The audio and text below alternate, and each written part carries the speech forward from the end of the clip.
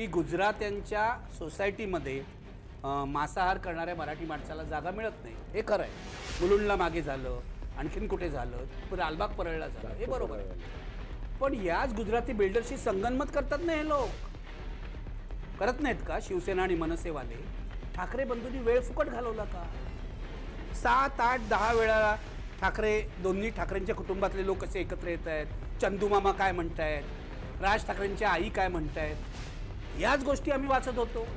5 महिन्यात तुम्हाला मुंबईसाठी आणि मराठी माणसासाठी अजेंडा का तयार करता आला नाही, हा माझा मुद्दा आहे. वातावरण निर्मिती उद्धव ठाकरे राज ठाकरे करण्याचा प्रयत्न करतात, याचा मराठी माणसावर परिणाम होतोय का? तुम्ही सत्तेमध्ये सहभागी होतात 1985 नंतर, सातत्याने सहभागी होतात शिवसेनेबरोबर.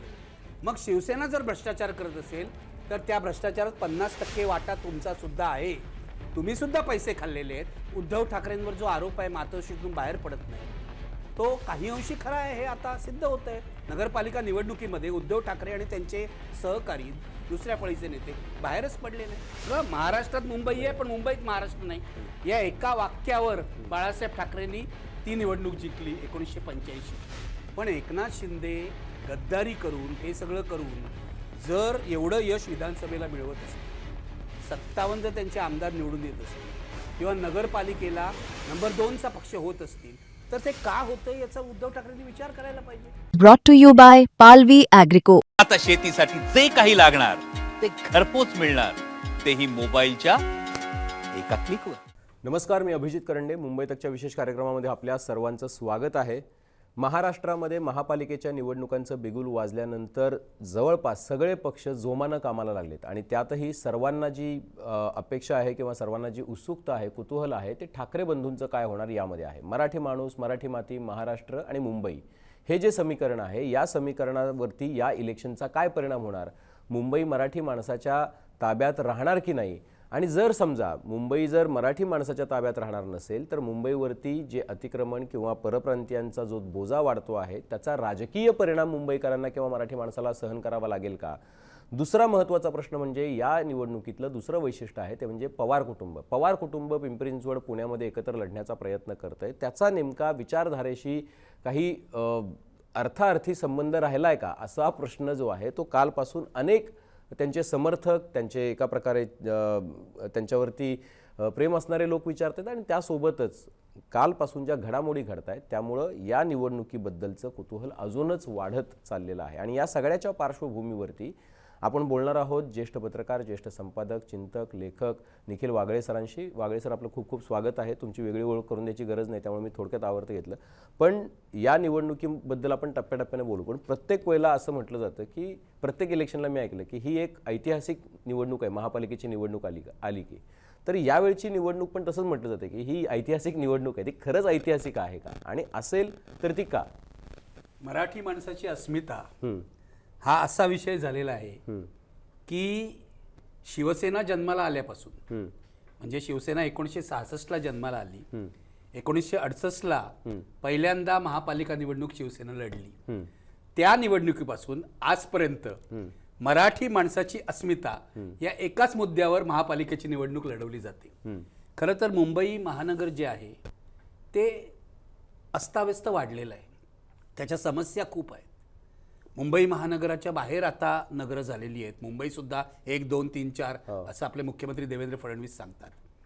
पण महानगरपालिका निवडणुकीत कोणताही नागरी प्रश्न चर्चेला येत नाही, विकासाचा प्रश्नसुद्धा बॅकबर्नरवर पडतो, आणि मराठी माणसाची अस्मिता आणि मुंबई केंद्रशासित होणार का, हे 1968 पासून चाललेलं आहे. म्हणजे मला आठवतं 1968ला मी लहान होतो, पण 1968ला शिवसेनेने पहिल्यांदा निवडणूक लढवली तेव्हा राजकारण हा शिवसेनेचा अजेंडा नव्हता. बाळासाहेब ठाकरे म्हणायचे की 80% समाजकारण आणि 20% राजकारण. याचं कारण राजकारण हे गजकरण आहे असं बाळासाहेब ठाकरेंचं सुप्रसिद्ध विधान होतं. ते काय आता टिकलं नाही.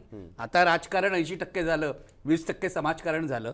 पण 68च्या निवडणुकीपासून मराठी माणसाचा मुद्दा हा पहिल्यापासून प्रचारात आहे. 68च्या निवडणुकीमध्ये शिवसेना आणि प्रजा समाजवादी पक्ष यांची युती होती. तेव्हा सुद्धा मराठी माणसाचा मुद्दा होता. म्हणजे प्रजा समाजवादी हा खरं तर राष्ट्रीय पक्ष होता, त्यांचा काय मराठी माणसाचा मुद्दा असायचं कारण नाही, पण त्यांना सुद्धा तो मुद्दा महत्त्वाचा वाटला होता. कारण शिवसेनेला एवढा प्रतिसाद होता. 1966ला शिवसेना जन्माला आल्यानंतर मुंबईतल्या मराठी माणसाला असं वाटत होतं आपल्यावर अन्याय होतोय. याचं कारण असं की संयुक्त महाराष्ट्राचं आंदोलन झालं. 1 मे 1960ला महाराष्ट्र राज्याची निर्मिती झाली.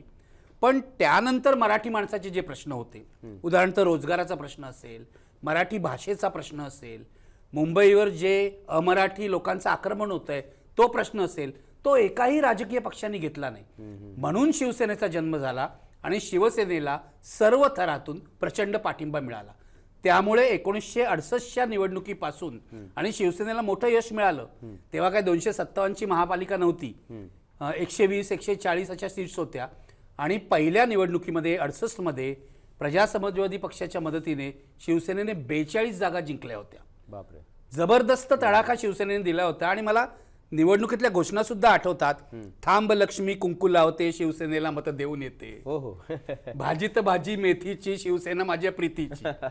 आणि शिवसेनेच्या घोषणांचं वैशिष्ट्य हे की बाळासाहेब ठाकरे व्यंगचित्रकार होते, पण शिवसेनेकडे पेंटर्स इतके जबरदस्त होते कार्यकर्ते की ते असे लफेदार सगळं जे कॅलिग्राफी करायचे ना भिंतीवर, ती पाहण्यासारखी असायची. ती कोणत्याही पक्षाने आजपर्यंत कधी केलेलं नाही. हे शिवसेनेचं खास वैशिष्ट्य होतं.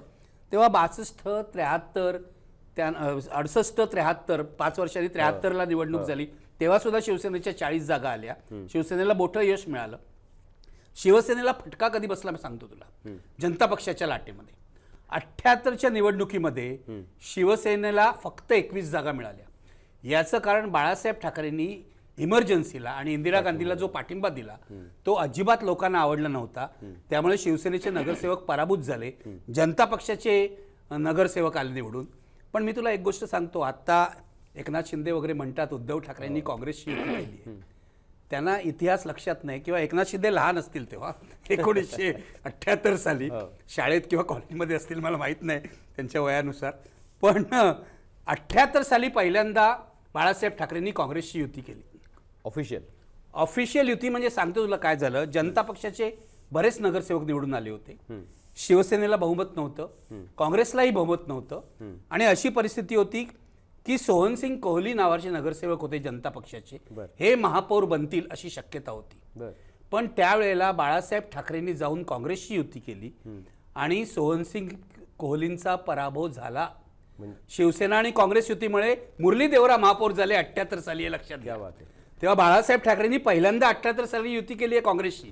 त्यानंतर 82 साली अंतुले मुख्यमंत्री असताना अंतुलेंच्या पाठिंब्यावर मनोहर जोशी, प्रमोद नवलकर, सुधीर जोशी तिघजण विधान परिषदेत गेले. तेव्हा शिवसेना आणि काँग्रेस युती नवी नाही, उद्धव ठाकरेंनी केलेली नाही, ही बाळासाहेबांच्या काळातच झालेली. म्हणजे तो अपप्रचार आहे एका प्रकारचा. अपप्रचार म्हणा, प्रचार म्हणा, काही म्हणा, पण ती वस्तुस्थिती नाही. मुद्दा असा आहे की हा मराठी माणसाचा जो मुद्दा आहे तो दरवेळेला कसा वर येतो. आणि अनेक वेळेला काँग्रेसवाल्यांनीच मदत केलेली आहे शिवसेनेला. म्हणजे शिवसेनेवर हा आरोप केला जातो की शिवसेना ही वसंत सेना आहे. वसंतराव नाईक यांच्या पाठिंब्यामुळे शिवसेना वाढली कम्युनिस्टांना खतम करण्यासाठी. तुला उदाहरण सांगतो. 85च्या निवडणुकीमध्ये 78 नंतर 8 × 5 = 13 म्हणजे 83ला निवडणुका व्हायच्या होत्या, पण त्या झाल्या नाहीत. 2 वर्ष एक्सटेन्शन मिळालं महापालिकेला.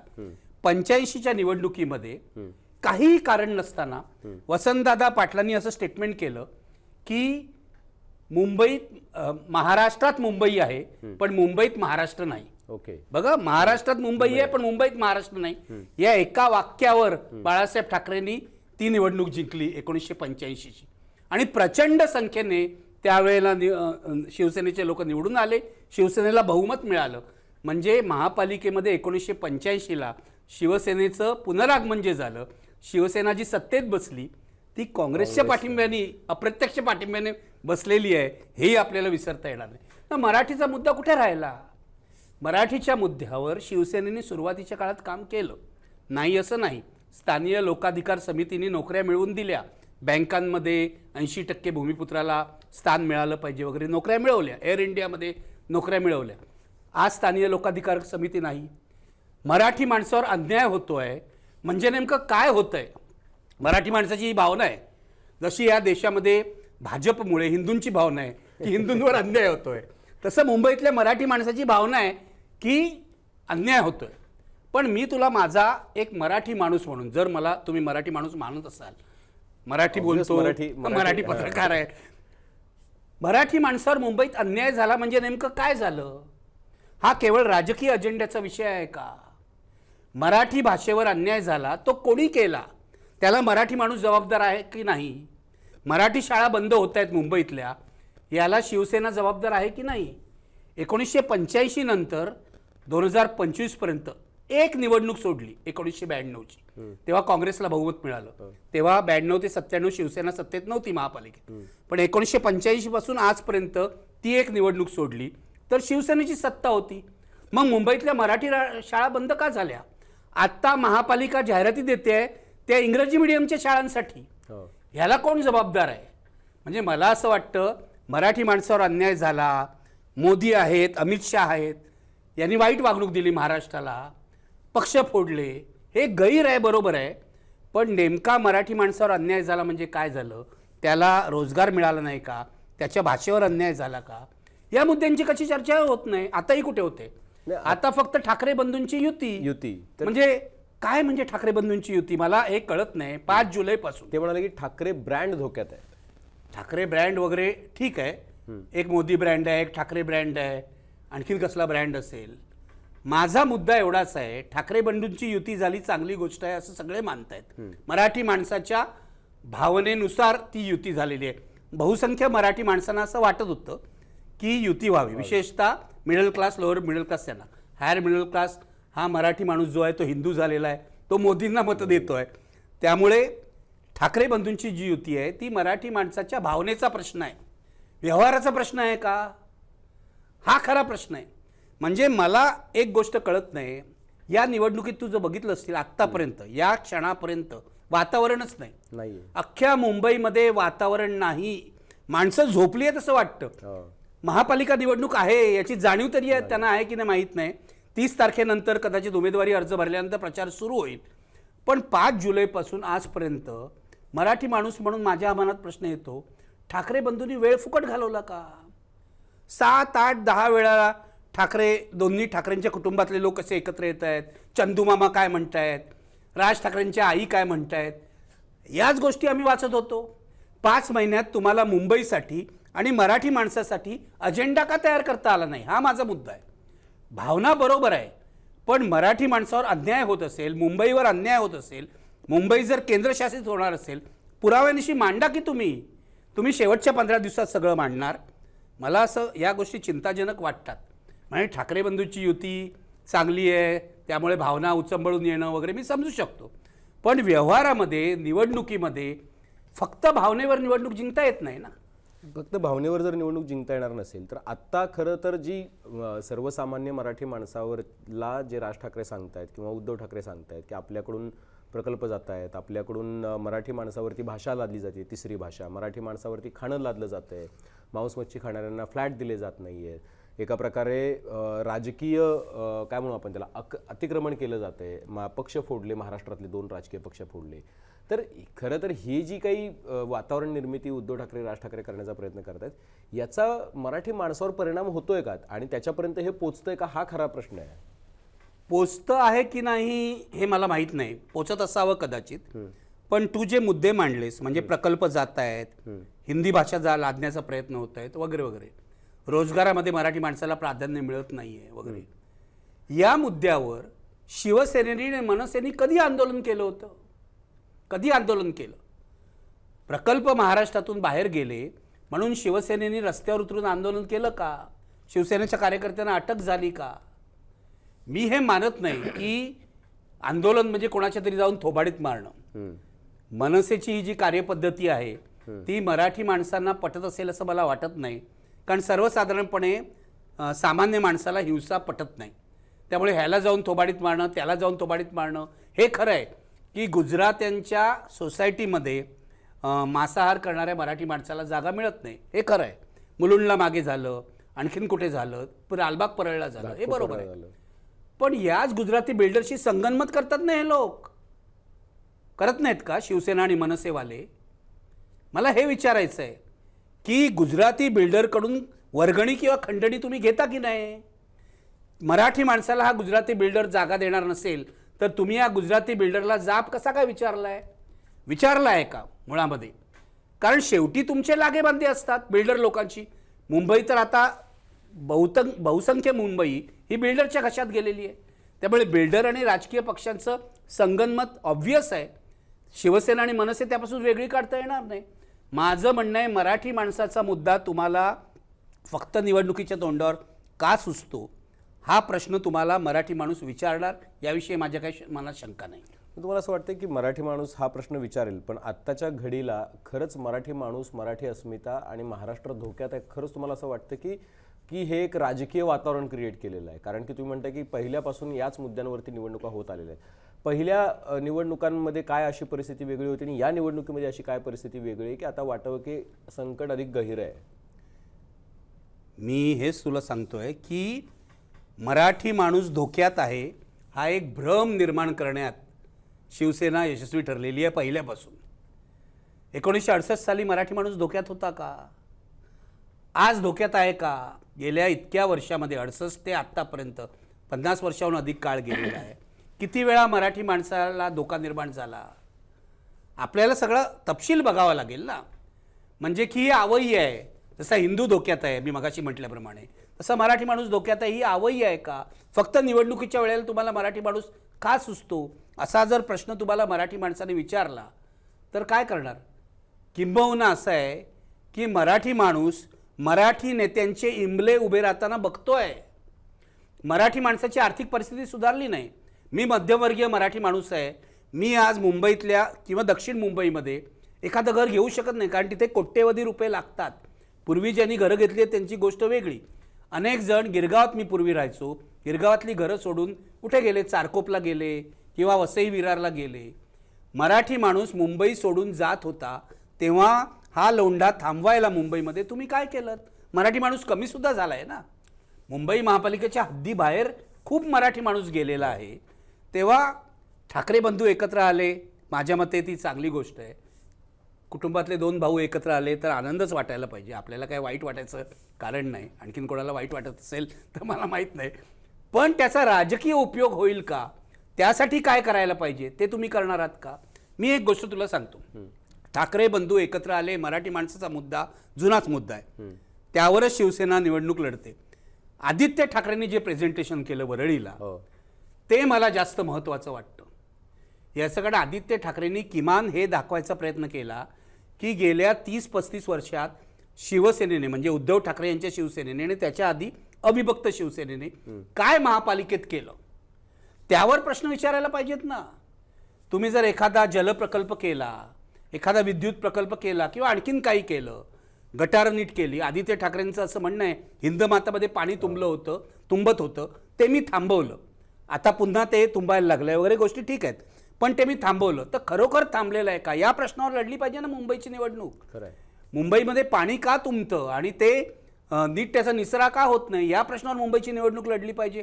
किंवा 25 वर्षामध्ये आपण असं म्हणतो, म्हणजे बीजेपीचा हा आरोप आहे की शिवसेनेने फक्त भ्रष्टाचार केला. माझं बीजेपीला म्हणणं आहे की तुम्ही ते वाल्या कोळ्यासारखं करू नका.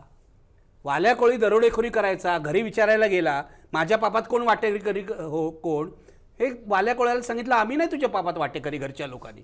तसंच बीजेपी करताय ना. तुम्ही सत्तेमध्ये सहभागी होतात 1985 नंतर, सातत्याने सहभागी होतात शिवसेनेबरोबर. मग शिवसेना जर भ्रष्टाचार करत असेल तर त्या भ्रष्टाचारात 50% वाटा तुमचा सुद्धा आहे. तुम्ही सुद्धा पैसे खाल्लेले आहेत. आणि ज्यांना मुंबई महापालिका माहिती आहे तिथे पैसे सर्वपक्षीय नगरसेवक वाटून खातात, म्हणजे सगळे खातात. तेव्हा फक्त शिवसेनेने पैसे खाल्ले या आरोपाला मी किंमत देत नाही. खाल्ले असतील त्यांनी, पण भाजपनी पण खाल्ले, इतर पक्षांनी पण खाल्लेले आहेत. आणि खरं तर या सगळ्या नगरसेवकांना नागरिकांनी घरी पाठवलं पाहिजे, याचं कारण पैसे खाल्ले.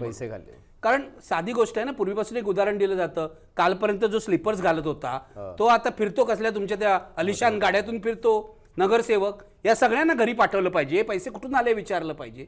ते होत नाही, कारण नागरिकांना तो अधिकार नाही. नागरिकांना पण एक काय भ्रमित केलं जातं असं मला वाटतं. तुम्हाला शिवसेनेसमोरचं जे आव्हान आहे ते भाजपचं तर आहेच, पण त्यासोबतच अजून एक आव्हान आहे ते म्हणजे की एक शिवसेना जी मूळ शिवसेना पक्ष चिन्ह ज्या एकनाथ शिंदेकडे गेलेलं आहे त्यांचं पण आव्हान आहे. त्यांचे 57 आमदार आहेत. मुंबईत सुद्धा त्यांनी बऱ्यापैकी आमदार खासदार निवडून आणले. नगर परिषदांमध्ये जवळपास 50हून अधिक ठिकाणी नगराध्यक्ष केले. ते एकनाथ शिंदे हे ठाकरेंना पर्याय म्हणून आता उभे राहिलेत असं म्हणता येईल, किंवा एक जी मूळ शिवसेना त्यांच्याकडे गेली आहे ती ठाकरेंच्या शिवसेनेला एक मूळ शिवसेनेचा पर्याय उभा राहिला आहे. एकनाथ शिंदे ठाकरेंना पर्याय म्हणून उभे राहिलेत की नाही हे मला माहीत नाही, पण एकनाथ शिंदे ॲक्टिव्ह आहेत. एकनाथ शिंदे गावोगाव फिरतायत. एकनाथ शिंदे साधन सामुग्रीचं वाटप करतायत मोठ्या प्रमाणावर, त्यामध्ये पैसाही आला. ते सतत आपल्या कार्यकर्त्यांच्या संपर्कात असतात. दुसऱ्या बाजूला काय दिसतं, उद्धव ठाकरेंवर जो आरोप आहे मातोश्रीतून बाहेर पडत नाही तो काही अंशी खरा आहे हे आता सिद्ध होत आहे. नगरपालिका निवडणुकीमध्ये उद्धव ठाकरे आणि त्यांचे सहकारी दुसऱ्या फळीचे नेते बाहेरच पडले नाहीत.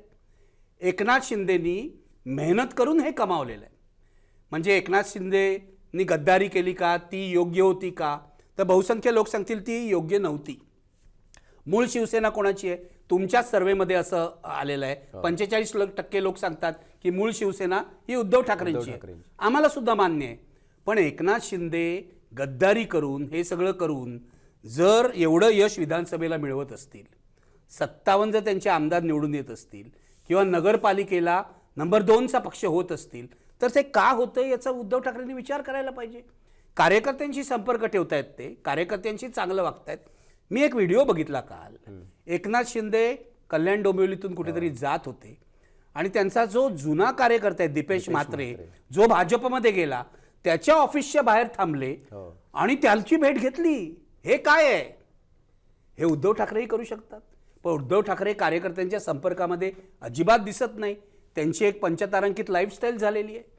माझं म्हणणं आहे एकनाथ शिंदे हे कार्यकर्त्यांचे नेते झालेले आहेत शिवसेनेमध्ये, म्हणून शिवसैनिक त्यांच्यासोबत जातोय. पण मुंबईमध्ये आता म्हणजे शिवसेनेच्या मतदारांमध्ये 2 प्रकारचे किंवा 3 प्रकारचे फरक झालेले आहेत ना. एक हिंदू मतदार आहे, एक शिंदेंना मानणारा जुना शिवसेना हीच आपली मूळ शिवसेना, किंवा एकनाथ शिंदे म्हणतात त्याच पद्धतीनं आपण हिंदुत्वाच्या मागे जाऊ किंवा भाजपच्या सोबत राहू, ती खरी शिवसेना. आणि तिसरी शिवसेना आहे ती म्हणते की जे अतिक्रमण किंवा आक्रमण दिल्लीवरून होते, आपला पक्ष फोडलाय, तर ती शिवसेना. असं 3 प्रकारचं एक त्या मतदारांमध्ये विभागणी झालेली आहे. तर ही 3 प्रकारची विभागणी झालेली असतानाचं आव्हान जे आहे ते अधिक गहिरं, अधिक मोठं आहे. तर यामध्ये एकनाथ शिंदेचा जो रोल आहे तो रोल किती महत्त्वाचा ठरतो, कारण की एकनाथ शिंदेच्या मागे 125 नगरसेवक, माजी नगरसेवक त्यांनी आतापर्यंत घेतलेले आहेत, काही माजी नेते घेतलेले आहेत त्यांनी, मुंबईमध्ये त्यांचं बळ आहे. तर अशा वेळेला ही निवडणूक केवळ 2 ठाकरे बंधू एकत्र आले ह्या एका इमोशनवरती जिंकता येईल का? नाही जिंकता येणार. मला चिंतेची गोष्ट तीच वाटते. हे ठाकरे बंधूंना कळायला पाहिजे, आपण एकत्र आलो, आपली कुटुंब भेटली, आपण चहापान एकत्र केलं, आपण लग्नाला गेलो म्हणून निवडणूक जिंकता येणार नाही. एकनाथ शिंदे हाच हुकमाचा एक आहे भाजपच्या दृष्टीने.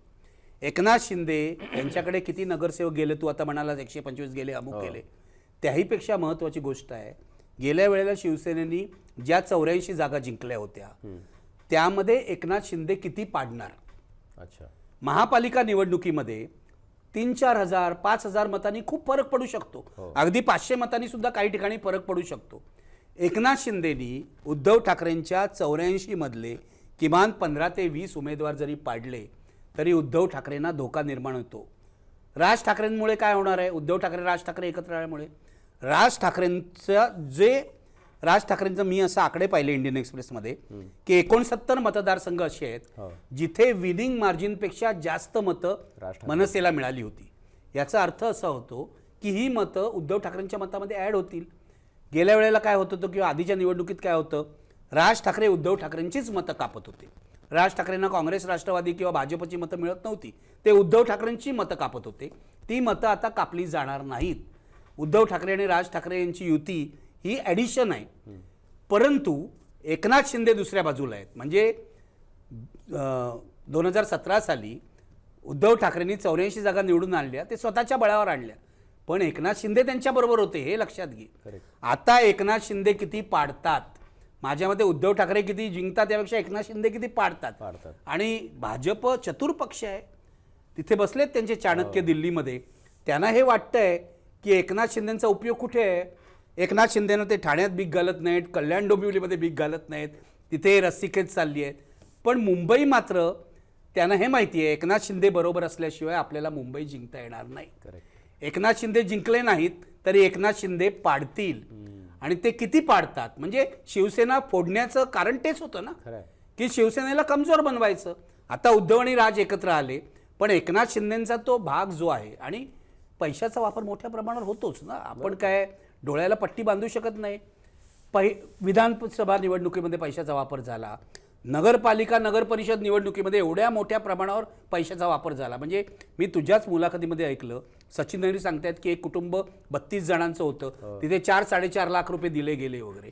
तर एवढ्या मोठ्या प्रमाणात पैसा जर मतदारांना वाटला जातोय तर मुंबईमध्येही वाटला जाईल ना. 100%. मुंबईमध्ये काय मतदार काय स्वर्गातून पडलेले आहेत किंवा देवाचे लाडके नाही आहेत की पैसे घेणार नाहीत, तत्वनिष्ठ मतदार वगैरे आता विसरा. मी सांगतो काही लोक देवाभाऊंचे लाडके असू शकतात, देवाभाऊंचे लाडके असू शकतात, ते श्रीमंत होतील. मी तुला सांगतो आमच्या सोसायटीमध्ये उच्चभ्रू सोसायटी आहे माहीम भागातली. आता या सोसायटीला कसलीच गरज नाही खरं तर. पण जेव्हा नितीन सरदेसाई आमदार होते तेव्हा नितीन सरदेसाईच्या फंडातून सोसायटीमध्ये टाईल्स बसवण्याचं काम केलं ना. हा भ्रष्टाचारच आहे ना, हा उच्चभ्रूंचा भ्रष्टाचार आहे. ते डायरेक्ट कॅश घेत नसतील पण अशा प्रकारे टाईल्स बसवणं निवडणुकीच्या तोंडावर हा सुद्धा भ्रष्टाचारच आहे. मतदार भ्रष्ट झालेला आहे. त्यामुळे मोठ्या प्रमाणावर इथे नगरपालिका आणि नगरपंचायत निवडणुकीप्रमाणे पैशाचा वापर होणार. दुसरी गोष्ट तुला सांगतो, 11 लाख डुप्लिकेट मतदार आहेत असा आरोप झाला होता. आता असं सांगितलं जातंय यातले 70% मतदार शिवसेनेच्या म्हणजे उद्धव ठाकरे यांच्या शिवसेनेच्या मेहनतीमुळे कमी झालेले आहेत. मला माहीत नाही पण माझ्या मते हे जे डुप्लिकेट मतदार आहेत माझ्या मते हे कोणी तपासले आहेत. इथे मोठ्या प्रमाणात उत्तर प्रदेशातले लोक आहेत, बिहारमधले लोक आहेत, जे बिहारमध्ये गेले होते मतदान करायला आता परत आले, ते परत आलेले आहेत. महापालिका निवडणुकीमध्ये मोठ्या प्रमाणावर उत्तर भारतीयांचं बोगस वोटिंग झालं तर मला आश्चर्य वाटणार नाही. ठाकरे बंधूंची युती वगैरे ठीक आहे, याचं काय करणार तुम्ही, पैशाचं काय करणार. उत्तर भारतीयांचं मोठं मतदान झालं आणि आणले जातात ना. बिहारच्या निवडणुकीत सुद्धा आपण बघितलं उत्तर प्रदेशच्या मतदारांनी तिथे जाऊन मतदान केलं, हरियाणाच्या मतदारांनी तिथे जाऊन मतदान केलं. तर मुंबईत सुद्धा हे सहज होऊ शकतंय, हे लक्षात घ्यायला पाहिजे आपल्याला. पण त्याच्यावरती काही रेमेडी पण दिसत नाही ना. रेमेडी तर निवडणूक आयोगाने काढायला पाहिजे ना. मला एक कळत नाही, डुप्लिकेट मतदार वगळणं काय अवघड गोष्ट नाही आहे. त्यांच्याकडे आहे, त्यांच्याकडे ॲप आहे, त्याचा वापर ते करू शकतात. आता महाराष्ट्राचे जे निवडणूक आयुक्त आहेत राज्याचे ते असं सांगतात आम्हाला ॲडिशनचा पण अधिकार नाही आणि आम्हाला डिलिशनचा पण अधिकार नाही. हा काय प्रकार आहे. मग निवडणूक आयोग आपल्या याद्या शुद्ध करायलाच मागत नाही आहे. म्हणजे निवडणूक आयोग कुणाला मदत करतोय. माझा प्रश्न असा आहे, निवडणूक आयोग कुणाला मदत करतोय. बोगस मतदान ज्यांच्या बाजूने होणार आहे त्यांनाच मदत करतोय निवडणूक आयोग, असं माझं म्हणणं आहे. आणि हे फार धोकादायक आहे, खूपच धोकादायक आहे. दुसरा एक मुद्दा आहे की यावेळेला आपण आता 2 ठाकरेंबद्दल बोललो, एक थोड्या शिंदेबद्दल बोललो, थोडं निवडणूक आयोगाबद्दलची आपली चर्चा झाली. पण यातला अजून एक जो अँगल आहे तो सर्वात शक्तिमान पक्ष जो आहे तो आहे भाजप, ज्याच्याकडे केंद्रामध्ये सत्ता आहे. एनडीएची का असेना पण सत्ता आहे त्यांची, आणि ती एनडीएची असं वाटत नाही, ती भाजपची आहे असं वाटावं इतकी ती काय दमदारपणे राबवत आहेत. महाराष्ट्रामध्ये 132 आमदार त्यांनी निवडून आणलेले आहेत.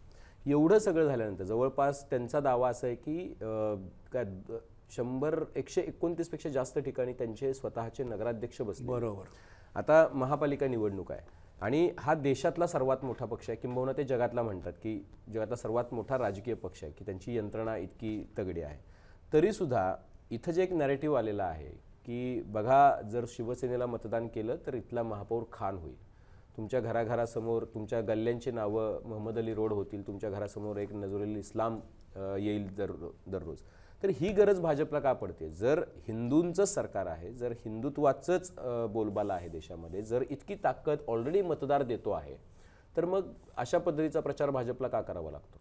याचं कारण भाजपला आत्मविश्वास नाही आहे स्वतःच्या कामांवर. म्हणजे फडणवीस जे सांगतात मुंबईचा विकास आम्ही केला, मेट्रो असेल, अटल सेतू असेल, आणखीन काय आपला कोस्टल रोड असेल, हा विकास आम्ही सगळा केला.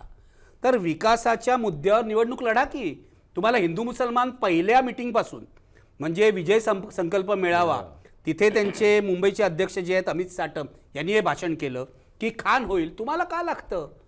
तुम्हाला हिंदू मुसलमान अशासाठी करावं लागतं की तुमच्या मनामध्ये एक न्यूनगंड आहे आणि तो न्यूनगंड असा आहे की आपण मोदींच्या कामावर निवडून येणार नाही म्हणून तुम्हाला हिंदू मुसलमान करून विष कालवावं लागतं. म्हणजे मराठी माणसाला पण म्हणायचं की तू सुद्धा हिंदू आहात. आशिष शेलार म्हणालेस ना की मराठी माणूस सुद्धा हिंदू आहे, पण शेवटी यांना सांगावं लागतं की मराठी महापौर होईल. राज ठाकरेंनी पण परवा सांगितलं की मुंबईचा महापौर मराठी होईल. मला असं वाटतं मुंबई इतकी संकुचित झालेली मी कधीच बघितली नव्हती एवढ्या वर्षामध्ये. म्हणजे 60 वर्षाहून अधिक काळ मी मुंबईमध्ये वावरतोय आणि तुला माहिती असेल हे, पण इतिहास असा आहे की एकेकाळी युसुफ मेहरअली मुंबईचे महापौर होते, जिजीभाई मुंबईचे महापौर होते. म्हणजे मुसलमान महापौर झालेले आहेत, पारशी महापौर झालेले आहेत, गुजराती महापौर झालेले आहेत. त्यामुळे मुंबईमध्ये मुसलमान महापौर झालेलं नाही असं काही नाही. आणि जेव्हा मुसलमान महापौर झाले तेव्हा हा भारतीय जनता पक्ष वगैरे नव्हता. पण आता हे जे उकरून काढतायत की उद्धव ठाकरेंना मत दिलं की मुसलमान महापौर होईल. माझं म्हणणं पहिली गोष्ट आपण यांना सांगायला पाहिजे, एक तर मुसलमान हा मुंबईकर आहे त्यामुळे मुसलमान महापौर होण्यात काही गैर नाही आहे. पण आता राज ठाकरेंनी जाहीर केलेलं आहे की मराठीच महापौर होईल. मराठी महापौर दगड असलेला चालेल का तुम्हाला? माझा प्रश्न हा आहे. कर्तृत्ववान पाहिजे ना. किशोरी पेडणेकर महापौर होत्या, काय केलं त्यांनी? काय कर्तृत्व आहे? काय ठसा उमटवला? हा प्रश्न नागरिक विचारणारच ना. मुंबईचा महापौर जर तुम्हाला मराठी हवा तर तो का हवा मराठी? मुंबई हे कॉस्मोपॉलिटन शहर आहे. मला असं वाटतं की भाजपचा जो प्रचार आहे हा अत्यंत संकुचित आहे, अत्यंत चुकीचा आहे. त्याला उत्तर देताना उद्धव ठाकरेंनी मराठीच महापौर होईल, राज ठाकरेंनी मराठीच महापौर होईल असं म्हणणं मी समजू शकतो की काय म्हणतात अरेला कार्य करणं राजकारणात चालतं. पण ते उत्तर नाही आहे. मुंबईच्या समस्या वेगळ्या आहेत, त्या समस्यांवर बोला. आमचा रस्ता चांगला नाही, आमच्या रस्त्यावर खड्डे असतात, आमच्याकडे पाणी पोचत नाही. पण मुंबईमध्ये एवढी झोपडपट्टी वाढलेली आहे. प्रचाराशिवाय भाजप जिंकू शकत नाही असं त्यांना वाटत असेल. मी तुम्हाला यासाठी विचारतो, असं त्यांना वाटत प्रत्येक असेल. इलेक्शनमध्ये, लोकसभेच्या इलेक्शनमध्ये पण गाय भैंस चुरा लेंगे, मंगलसूत्र छीन लेंगे वगैरे बटेंगे तो कटेंगे. कटेंगेचा विधानसभेला प्रचार झाला. तर तो जो प्रचार आहे तर ते म्हणतात की तुम्ही नॅरेटिव्ह सेट करताय ना, मग हा एक आमचा नॅरेटिव्ह आहे असं त्यांचं म्हणणं आहे. तुम्ही संविधान बदलाचा नॅरेटिव्ह सेट केला. ते म्हणतात की आम्ही कधी म्हणालो का संविधान बदलणार? तर ते म्हणे आम्ही म्हणालो नाही. पण अर्थात त्यांचे काही लोक खासदार, एक दोन खासदार, काही नेते म्हणाले होते, ती गोष्ट वेगळी. त्याच्या व्हिडिओ क्लिप्स पण आहेत आपल्याकडे. पण प्रश्न असा आहे की हिंदू मुस्लिम केल्याशिवाय निवडणूक का जिंकता येत नाही? कारण 2014ला तर हिंदू मुस्लिम नव्हतं, विकास, भ्रष्टाचार, घराणेशाही हे 3 मुद्दे होते. त्यावेळेला तुम्ही तर म्हणजे होतात आणि काम करत होता. तर ते 3 मुद्दे 2019 येता देश के नाम एक वोटपर्यंत आलं कारण पुलवामा झालं. आणि 24 येता थेट बटेंगे तो कटेंगे झालं. हाच तर प्रॉब्लेम आहे ना. 2014 पासून आजपर्यंत 11 वर्ष तुमची सत्ता आहे. 11 वर्षामध्ये तुम्ही विकासाचा अजेंडा राबवताय असं तुम्ही म्हणताय. एकसारख्या जाहिराती येतात, इथे पूल बांधले, हे झालं ते झालं, इथे हॉस्पिटल बांधली. तरीसुद्धा त्या जाहिरातींवर नागरिकांनी का विश्वास ठेवा? तुमचाच विश्वास नाही आहे. तुम्हाला हे करावंसं वाटतं याचं कारण समाजामध्ये धर्मांधतेचं किंवा जातीयवादाचं विष पसरवल्याशिवाय निवडणुका जिंकता येणार नाही असं भाजपला वाटत असावं. आता एक तुला साधं उदाहरण देतो ताजं. मोदी गेले चर्चमध्ये दिल्लीच्या ख्रिसमस साजरा करायला. तिथे त्याने आशीर्वादसुद्धा घेतले त्या ख्रिश्चन धर्मगुरूंकडून. बाहेर काय होतं आहे? बाहेर छत्तीसगडमध्ये इतर ठिकाणी चर्चवर हल्ले होत आहेत. ख्रिसमसचं जे सेलिब्रेशन आहे ते डिस्टर्ब केलं जातं आहे. हा दुटप्पीपणा भाजपच्या स्वभावातच आहे. भाजपच्या DNA मध्ये हा दुटप्पीपणा की आपल्याला धर्मांध गोष्टी केल्याशिवाय विजय मिळणार नाही असं त्यांना वाटतंय. आणि मग मी जे मगाशी म्हटलं की हिंदू असुरक्षित आहेत, ख्रिश्चन लोक ख्रिसमस साजरं करतात. ख्रिसमस साजरं करणं म्हणजे काय धर्मांतर करणं आहे का? म्हणजे इतके मूर्ख लोक आहेत आणि यांच्यावर विश्वास ठेवणारे पण महामूर्ख आहेत असं माझं म्हणणं आहे की असा प्रचार करतात आणि एक भयगंड पसरवतात. हा जो भयगंड पसरवणं आहे ना भाजपमध्ये की मुसलमान होईल, कारण आपल्याला जर मराठी म्हणून मतं मिळणार नाहीत तर मराठी माणसाची काही मतं आपण मुसलमान होईल असं म्हटल्यावर मिळेल ना. काही मराठी माणूस तर हिंदुत्ववादी असेल तो ती मतं मिळवायची. दुसऱ्या बाजूला उत्तर भारतीयांना भडकवायचं. अतिशय शांतपणे मुंबईमध्ये उत्तर भारतीयांना भडकवण्याचा उद्योग भाजप करतोय हा माझा आरोप आहे. छोट्या छोट्या संघटना काढलेल्या आहेत, काही त्याला अर्थ नाही. उत्तर भारतीय सेना अमुक, आणि हे राज ठाकरेंना धमकी देतील किंवा त्यांना इशारा देतील, उद्धव ठाकरेंना इशारा देतील, शिवसेनेला इशारा देतील.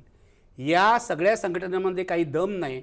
पण माझा असा आरोप आहे, या सगळ्या संघटनांना प्रायोजित भारतीय जनता पक्ष आणि त्यांचा सगळा परिवारच करतो आहे.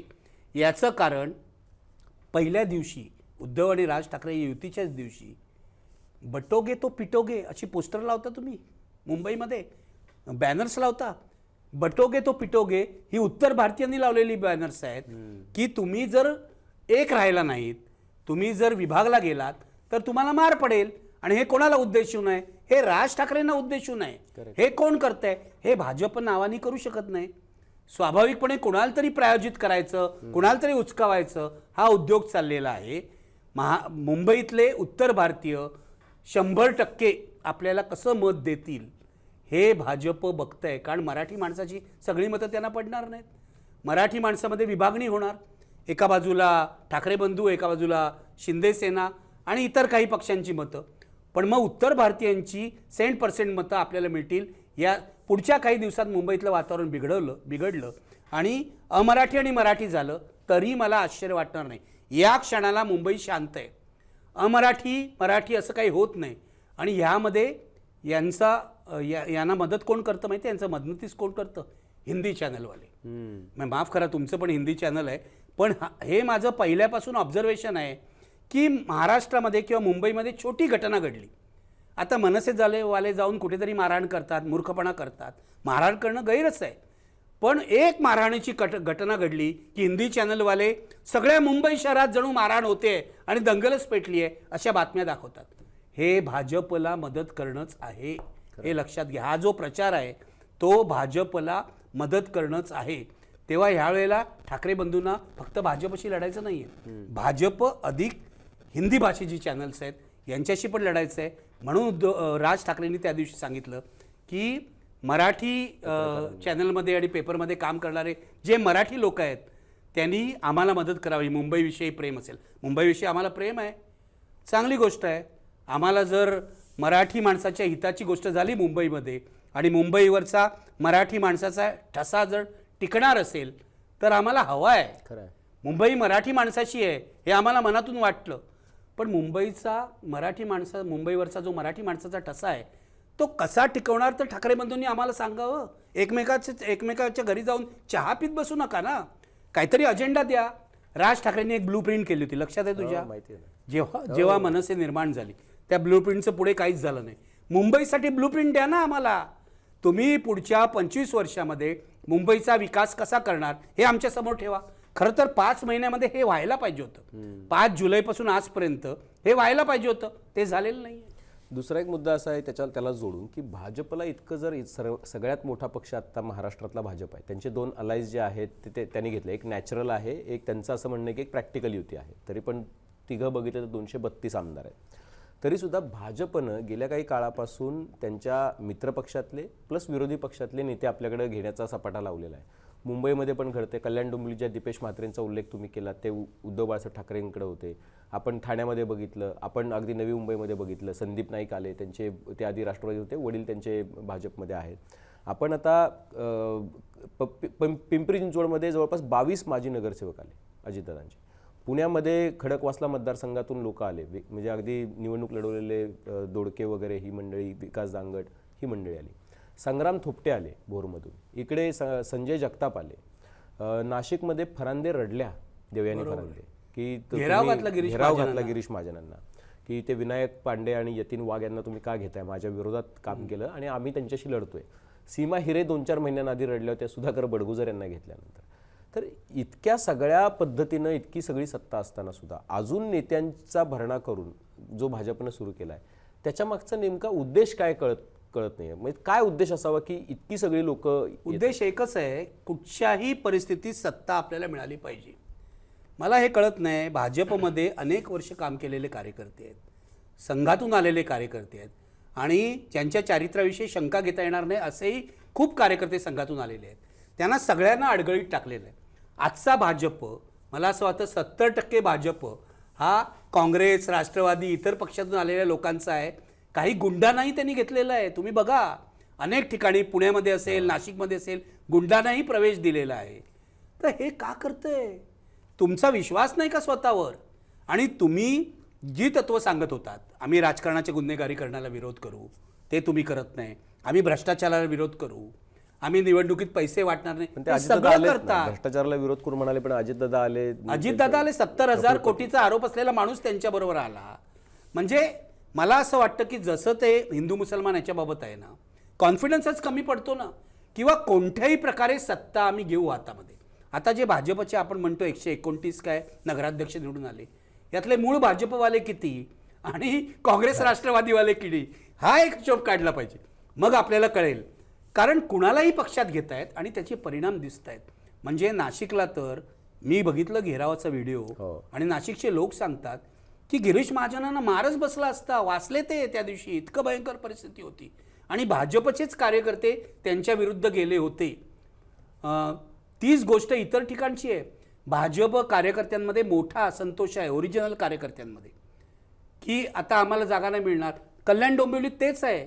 कल्याण डोंबिवलीतले लोकही म्हणत आहेत की शिंदेंबरोबर युती नको, याचं कारण मग आम्हाला उमेदवारी नाही मिळणार.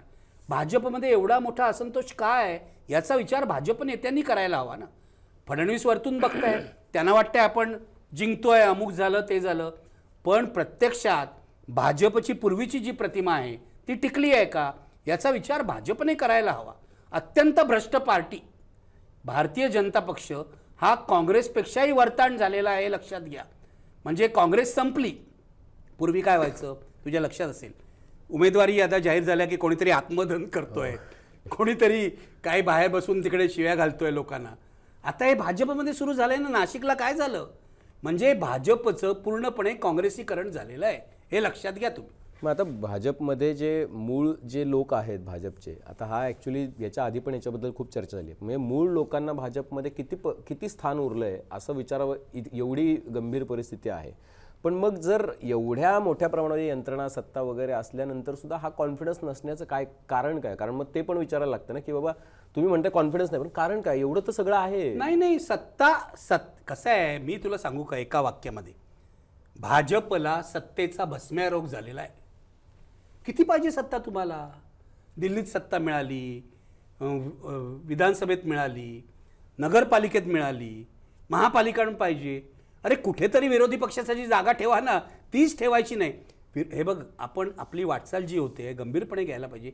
ही एकपक्षीय हुकुमशाहीकडे होते आहे, जसं व्हिएतनामकडमध्ये आहे किंवा इतर ठिकाणी आहे, तसं होतं आहे.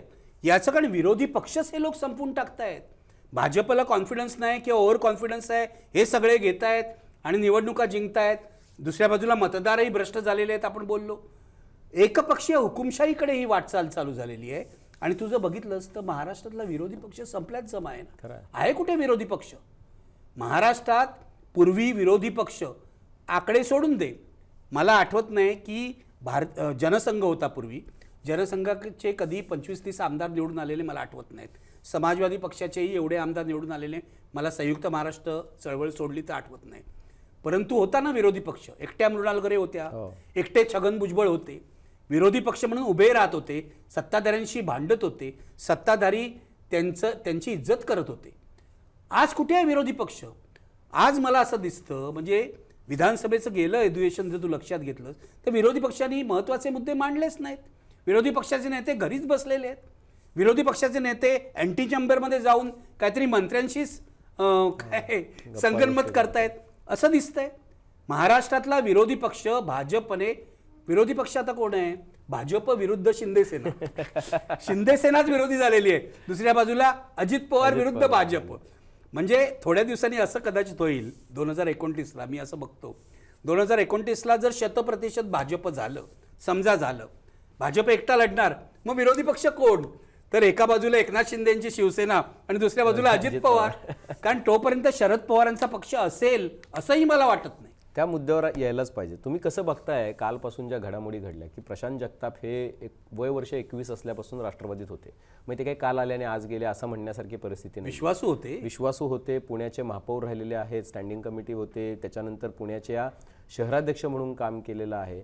आता असा नेता यासाठी सोडून जातो आहे की तुम्ही अजित पवारांसोबत चर्चा करताय आणि अजित पवार हे सत्तेमध्ये आहेत, ते भाजपसोबत आहेत, आणि मग जर भाजपसोबत सत्तेत असलेल्या पक्षासोबत जर आपण गेलो तर मग आपण पुरोगामित्वासोबत आहोत असं सांगता येणार नाही, असा त्यांचा एकूण बोलण्याचा सूर आहे. आणि म्हणून ते म्हणाले जय संविधान आणि मी फुले शाहू आंबेडकरांच्या पक्षासोबत, म्हणजे मी काँग्रेसमध्ये आले.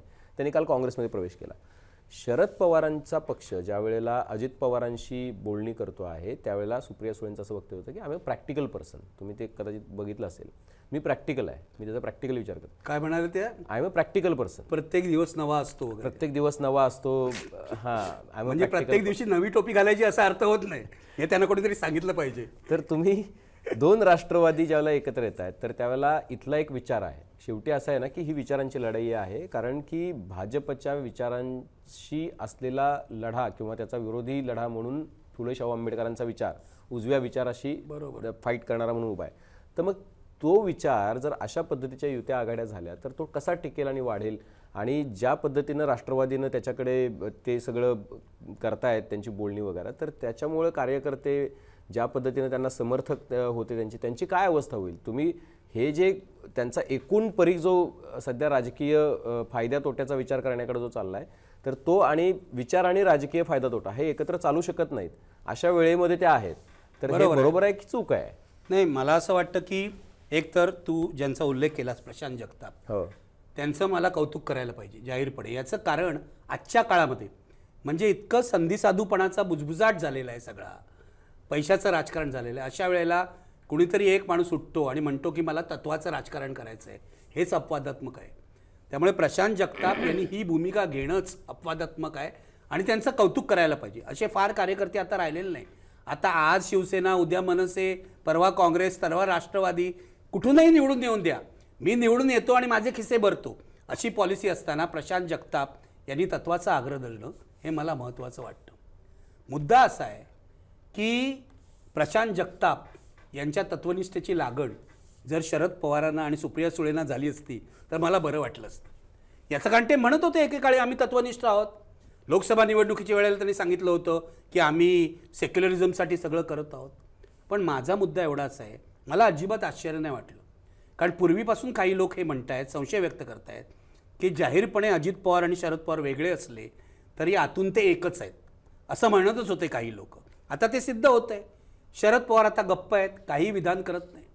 मी म्हणतो शरद पवार यांच्याकडून मी काही अपेक्षाही करत नाही. 84 वर्ष 85 वर्ष झाली आहे, अशा माणसाकडून अपेक्षा करणं काही चूक म्हणजे काय बरोबर आहे असं मला वाटत नाही. त्यामुळे मी ती अपेक्षाही करत नाही.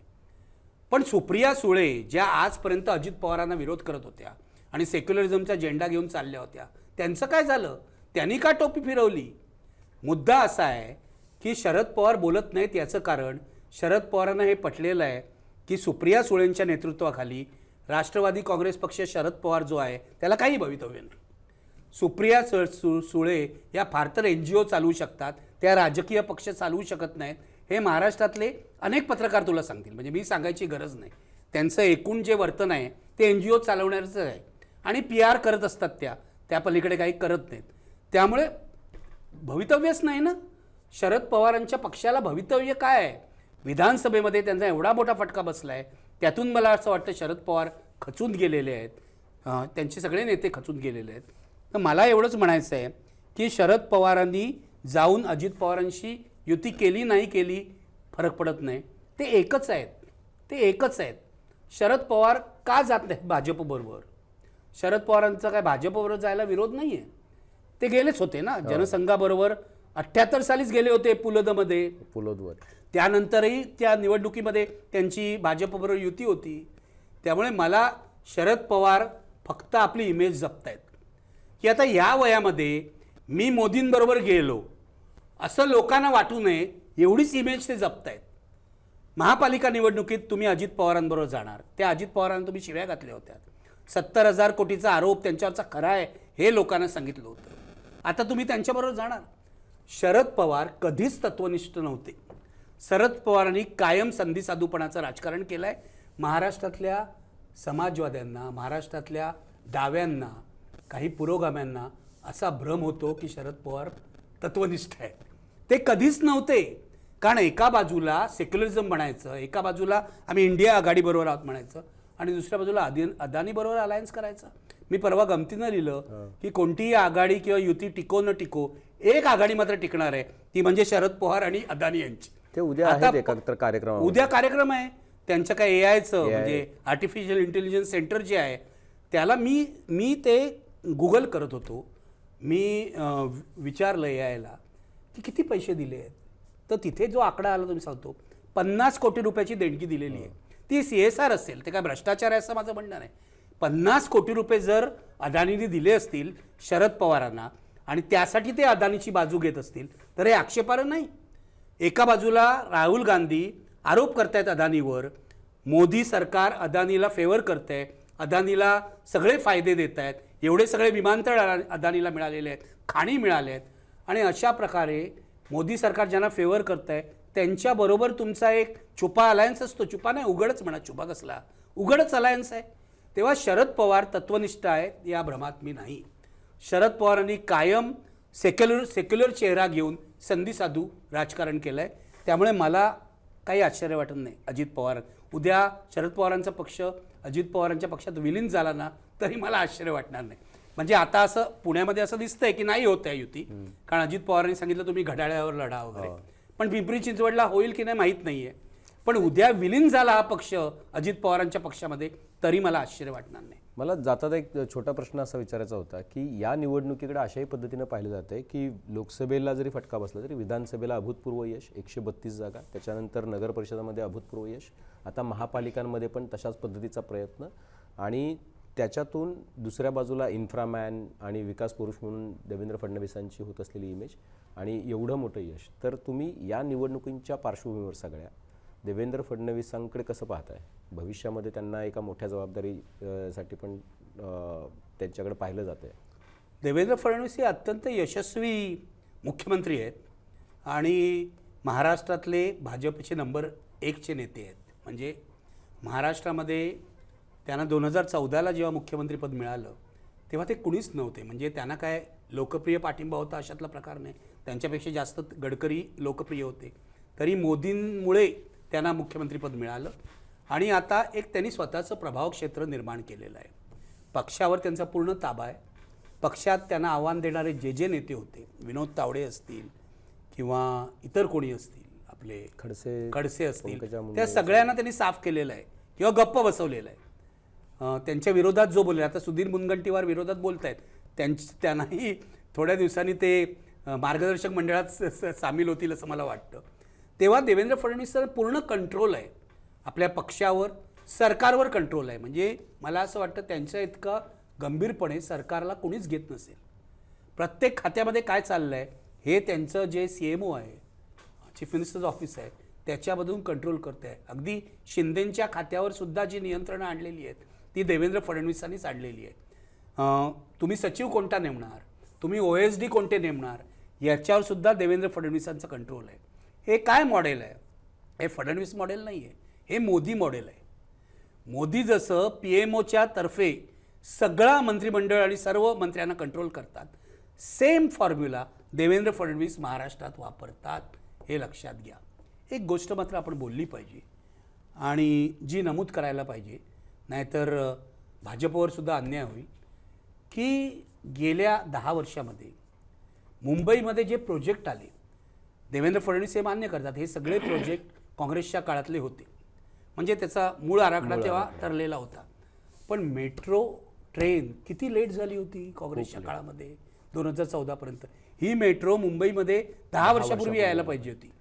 तर हे सगळे प्रोजेक्ट म्हणजे अटल सेतू असेल किंवा आता हा सुरू केला कोस्टल रोड उद्धव ठाकरेंनी सुरू केला, हे सत्य आहे, पण पूर्ण केला किंवा इतरही आता काय विमानतळ, नव्या मुंबईचा विमानतळ झालेला आहे. तर डेव्हलपमेंटल प्रोजेक्ट त्याला म्हणायचं की नाही हा वादाचा मुद्दा होईल, कारण केवळ विमानतळ बांधणं, रस्ते बांधणं हे काय डेव्हलपमेंट नाही, पण एका पद्धतीची डेव्हलपमेंट आहे.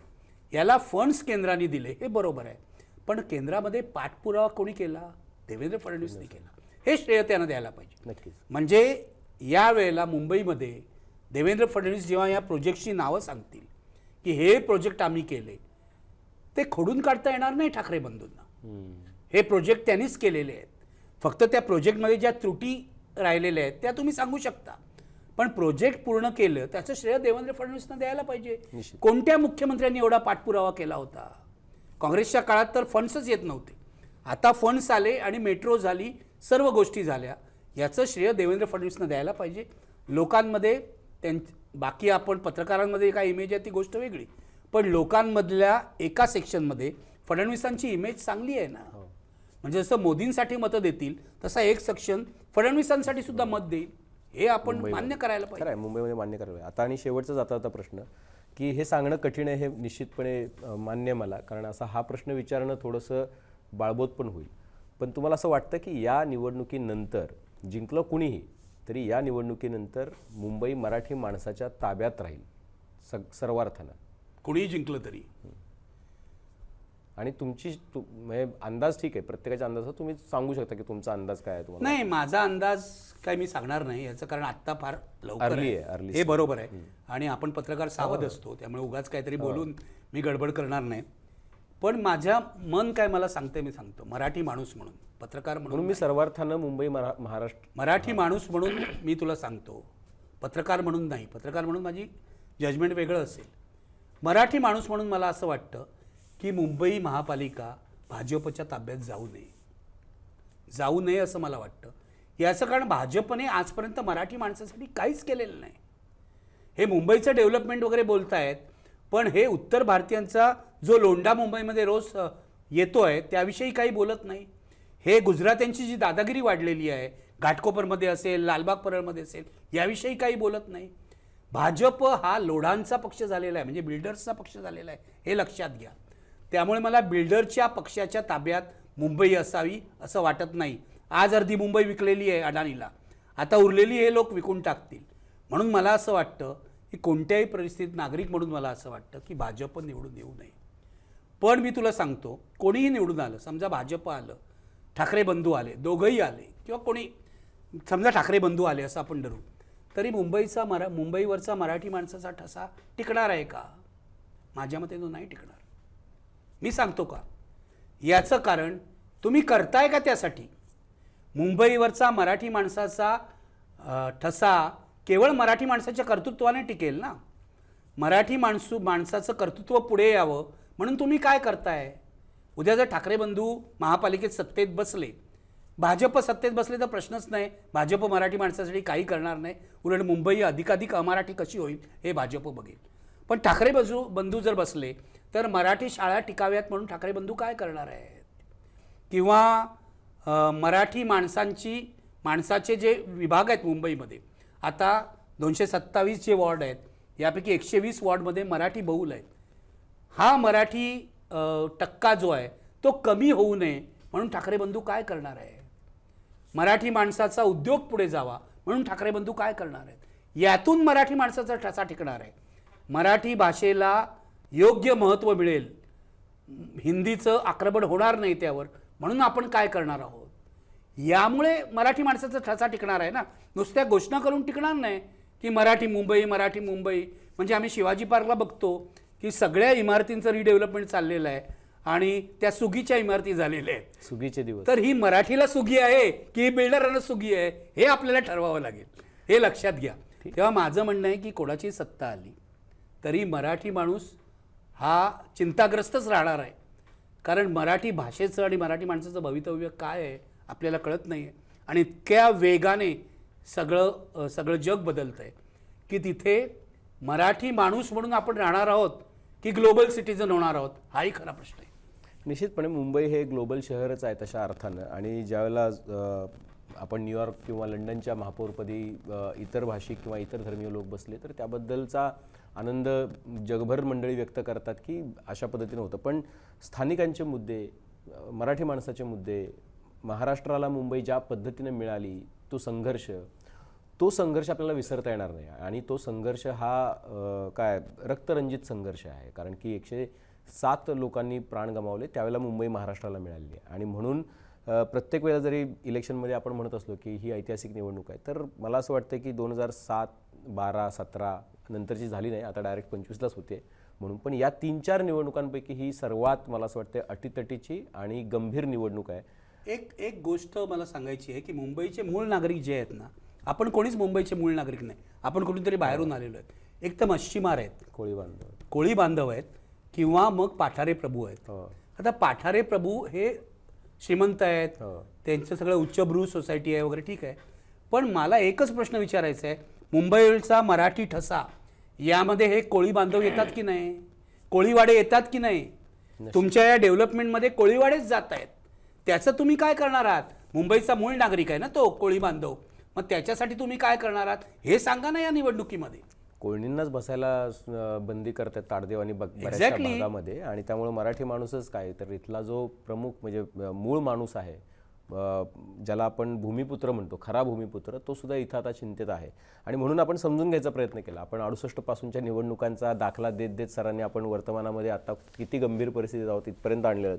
प्रत्येक राजकीय पक्षाची एक भूमिका आहे आणि ती भूमिका पुढचे 12-15 दिवस आपल्याला ऐकायची आहे. भाषणांमध्ये आरोप प्रत्यारोप निश्चितपणे होणार आहेत, पण त्याच्याकडे सजगपणे बघावं लागेल आणि तपासून घ्यावं लागेल की कोण खरं बोलतोय आणि कोण केवळ एक नॅरेटिव्ह परसेप्शन क्रिएट करण्याचा प्रयत्न करतोय. मराठी माणूस म्हणून सुद्धा तुम्हाला लुभावलं जाणार आहे आणि हिंदू म्हणून पण तुम्हाला लुभावलं जाणार आहे, पण त्यातली मधली जी रेष आहे किंवा मधली जी ओळ आहे ती तुम्हाला तपासून घ्यावी लागेल आणि तिथं उभं राहून सजगपणे विचार करून मुंबई महाराष्ट्राची आहे आणि त्याच्यावरती पहिला हक्क मराठी माणसाचा आहे हे लक्षात घेऊनच तुम्हाला मराठी माणसांना त्याबद्दलचा विचार करावा लागेल. अर्थात मराठी माणसाचा विचार करावा लागेल याचा अर्थ तुम्ही असा घेऊ नका की हा काही ठाकरेंच्या बघा दोन्हीकडे मराठी लोक आहेत, म्हणजे मुख्यमंत्री पण मराठी आहेत, उपमुख्यमंत्री दोन्ही मराठी आहेत. त्यामुळे मराठी माणसाच्या भल्याचा विचार जो कोणी करेल त्याच्या पाठीशी उभं राहणं हे मुंबईकरांचं पहिलं कर्तव्य आहे. तुमची काही मतं असतील, काही प्रश्न असतील तर ते निश्चितपणे नोंदवा. बेल आयकॉनवरती क्लिक केलं तर अपडेट्स मिळत जातील आणि सर्वात महत्त्वाचं म्हणजे मुंबई तकचं यूट्यूब चॅनल सबस्क्राईब करायला विसरू नका.